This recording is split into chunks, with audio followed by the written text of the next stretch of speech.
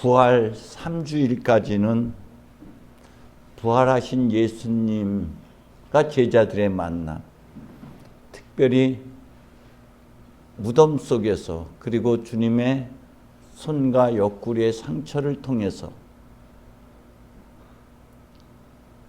그리고 우리가 일상에서 경험하는 그리스도 또는 우리의 오래된 습관과 그리고 상처로부터 치유를 받게 되고 그 치유를 통해서 변화된 우리의 모습들, 변하는 것 부활을 의미하는 것이죠. 그런 상처를 딛고 부활하는 우리의 모습들과 만나게 된다면 이제 부활 4주일 오늘부터는 이제 변화된 우리의 모습, 우리의 모습이 새롭게 변화됨으로 부활한 나를 알아차리는 것이 그 핵심 주제가 될 것이라고 생각이 됩니다. 유다인들이 특히 요한복음에서 유다인들이라고 표현하고 있는 것은 예수님과 적대적 관계를 맺고 있는 사람들, 관계 속에 있는 사람들입니다. 정말 당신이 그리스도라면은 분명히 그렇다고 말해달라고 이야기를 합니다. 주님의 정체성에 대한 요구인 것이죠. 근데 주님은 분명히 나는 지금까지 너희에게 내가 말을 했지만 너희들은 믿지 않는다. 너희들은 내 양이 아니기 때문이다.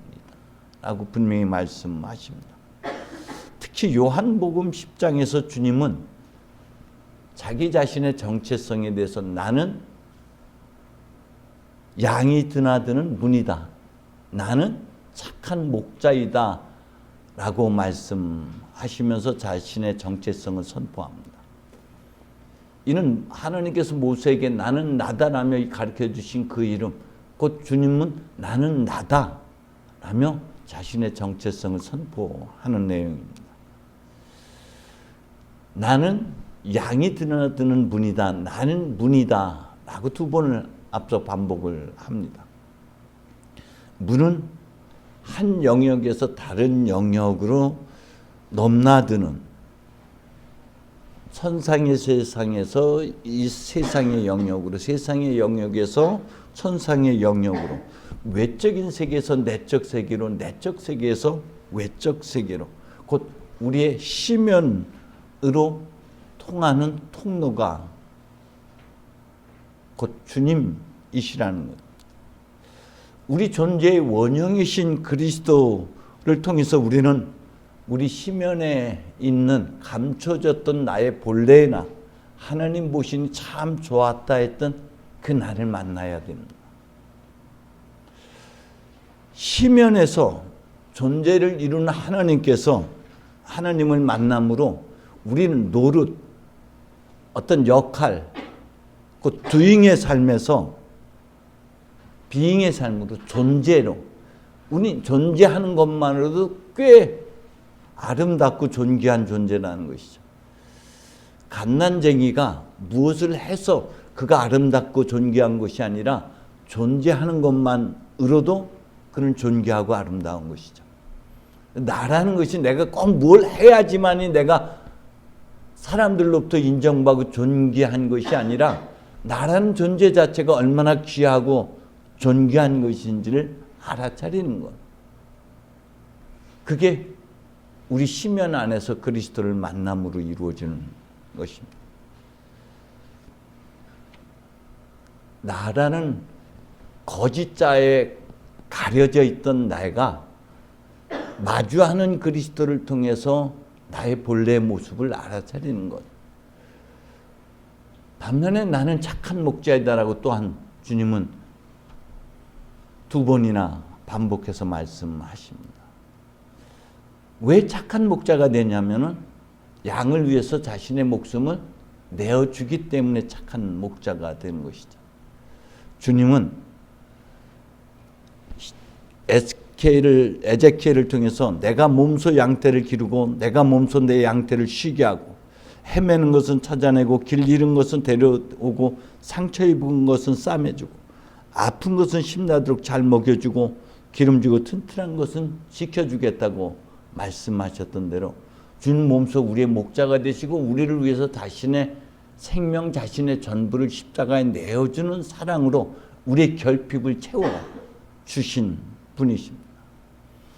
구약 성서에서부터 하나님과 이스라엘은 목자의 관계로, 주님은 목자이시고 하나님은 목자이고 이스라엘은 그 양으로 비유하고 있습니다. 오늘 본문에서 가장 핵심 구절은 내 양들은 내 목소리를 알아듣는다는 것입니다. 마리아라, 마리아야 라고 했을 때 비로소 봄으로 못 알아차린 것을 들음으로 알아차렸다는 것이죠. 목소리를 알아듣는다는 것은 그 어조, 그 소리, 그 언어 안에 숨겨진 그 끈끈한 사랑을 알아차린다는 것입니다. 그의 속마음을 알아차린다는 것이죠. 목자는 양을 한순간도 잊지 않고 필요한 주의와 지시와 보호의 신호를 보냅니다. 양떼는 매 순간 목자의 음성을 알아듣습니다. 목자의 고유한 음색을 알아차립니다. 알아듣는다는 것은 소리만 듣는 것이 아니라 들음은 가르침을 받아들인다는 것이고 마음을 기울인다는 것이고 한 걸음 더 나아가 들음은 순종한다는 것을 포함하고 있습니다. 들음은 순종을 통해서 완성되어집니다. 로마서에서도 그렇게 표현합니다. 믿음은 들음으로부터 출발한다고. 들음은 대단히 중요한 요소 중에 하나입니다. 그래서 경청하는 사람이 관상의 삶으로 나아갈 수가 있는 것이죠. 그런데 하나님의 음성을 듣기 위해서는 우리가 우선적으로 해야 되는 것은 침묵입니다. 멈춤입니다. 왜냐하면 주님은 침묵을 통해서 말씀하시기 때문에 그렇습니다. 침묵 속에서만 우리는 우리 내면의 소리, 심연에서 솟구치는 하나님의 음성을 알아들을 수가 있습니다. 심연에 솟구치는 내적 그리움이나 갈망이나 열정을 알아차린다는 것은 하나님의 음성이기도 하지만 내 근본적인 바람이기도 한 것이죠. 내 안에 감춰졌던 소리 없는 소리, 비로소 내 소리를 듣는다는 거예요. 우리는 바깥 소리에 기울여 왔지 내면의 소리, 내 갈망, 내 영적 그리움을 못 알아차렸는데 이제 우리가 멈춤으로 침묵 속에서 하나님의 음성을 듣게 되고 내 소리를 알아차리게 된다는 것이죠. 때문에 우리는 깊은 침묵의 시간이 아무리 바빠도 멈춤의 시간이 반드시 필요합니다. 그래야지만이 마리아처럼 순종하는 삶을 우리가 살아갈 수가 있는 것이죠. 멈춤의 시간은 우리로 하여금 하나님의 음성을 식별하게 하는 은총의 통로라는 사실을 기억하시면서 그래야지만이 우리가 주님의 음성을 알아차리고 식별할 수가 있고 주님을 따를 수가 있는 것이죠. 주님은 내 양들은 나를 알고 그들은 나를 따라온다라고 표현하고 있습니다. 안다라는 것은 단순한 지식을 넘어서서 온몸으로 체험적으로 관계 속에서 상호 관계 속에서 알아차리는 것을 의미하는 단순한 지식을 넘어서 상호 관계 속에서 친밀한 인격적인 만남을 통해서 알아차려 가는 것을 의미하는 것이죠. 주님은 그런 우리를 속속들이 아십니다. 주님이 우리를 안다는 것은 우리의 형편과 사정을 아신다는 것입니다. 우리의 상황을 아시고 그 처지를 이해하고 그 입장에서 배려해 주신다는 것이죠. 주님을 우리가 따른다는 것은 앞서 침묵 속에서 음성을 식별할 수 있는 것처럼 우리도 침묵 속에서 성령의 반추에 과거의 경험들을 반추해내고 기억을 다시 반추해냄으로써 매 순간 삶의 여정에서 죽을 것만 같다고 하나님이 안 계셨던 것만 같고 하나님이 나를 외면했던 것만 같았던 그런 고통의 순간들, 그 시간에 하나님께서 함께 하셨고 하나님께 특별한 은총으로 나를 보호해 주셨고 나를 그 사건을 통해서 빚어내시고 다시 새롭게 해주셨다는 은총을 알아차리는 것이 단추의 삶인 것이죠. 때문에 그것은 우리가 말하고 있는, 제가 자주 안내했던 의식성찰기도, 다른 표현으로 하면 일생 돌아보기를 우리가 자주 해야만 됩니다.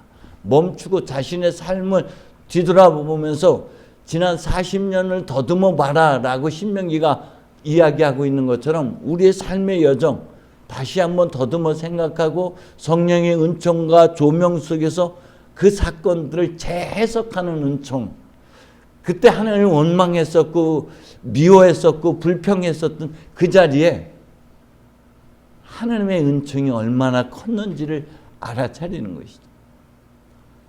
그래서 욥이 그렇게 얘기합니다. 내가 소문을 듣던 하나님을 이제 눈으로 배웠습니다. 내가 부질없는 말로 하나님의 은총을 가린 자가 저였습니다라고 고백하는 것이죠. 우리도 그 고백에까지 이르를 수가 있어야 돼요. 그것이 우리가 멈춤의 시간, 다시 한번 우리가 주님을 따르기에 앞서서 먼저 주님이 우리를 어떻게 사랑하셨는지를 알아차려야 된다는 것이죠. 우리가 먼저 주님을 사랑할 수는 없습니다. 주님이 먼저 우리를 사랑하셨기 때문에 그 사랑의 이끌림을 받아서 우리가 주님을 따라 삶을 살게 되는 것이죠. 때문에 우리가 나를 향한 하나님의 사랑, 나를 향한 그리스도 예수의 희생, 나를 위한 그리스도 예수의 보호와 그 따뜻한 십자가의 극진한 사랑을 알아차려야만이 비로소 주님을 따를 수가 있죠.